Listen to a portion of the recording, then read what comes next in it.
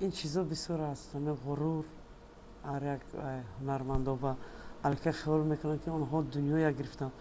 ما طی همه قدر سالها برای مردم خدمت کردیم، عنوان بلند به خدا به شکر صاحب شدیم، لیکن نگفتیم که تمام الکه ما قله های بلند رسیدیم یا که تمام دیگر. حاضرا ما در پیش همین هنر صنعت علم هیچ هستیم، هیچ کس هستیم. تا رفت آموخته میگیرید، میگید که امروز همین کار میکنم تمام دیگر همین برنامه کنم من دیگر چنم یکی پگاه میشد که با الکه نقشه دیگر میشد. ولی که هنرمند اصیل همه خیلی است، یک جا شده نمیتونن، همیشه در جستجو هست. و ستاره هایی که امروز خودشون ستاره میگن، ستاره فقط در هوا است، در آسمان است، در آسمان است.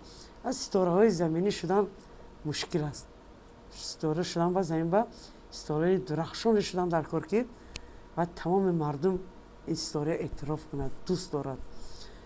خیلی ستاره ها ما در صنعت اصیلی مردمی خود داریم، و مانند استاد بوی محمد نیازف، و مانند استاد جلبه مرادف، و مانند استادانی که پیش از اینها بودن، اکا شریف جرایف.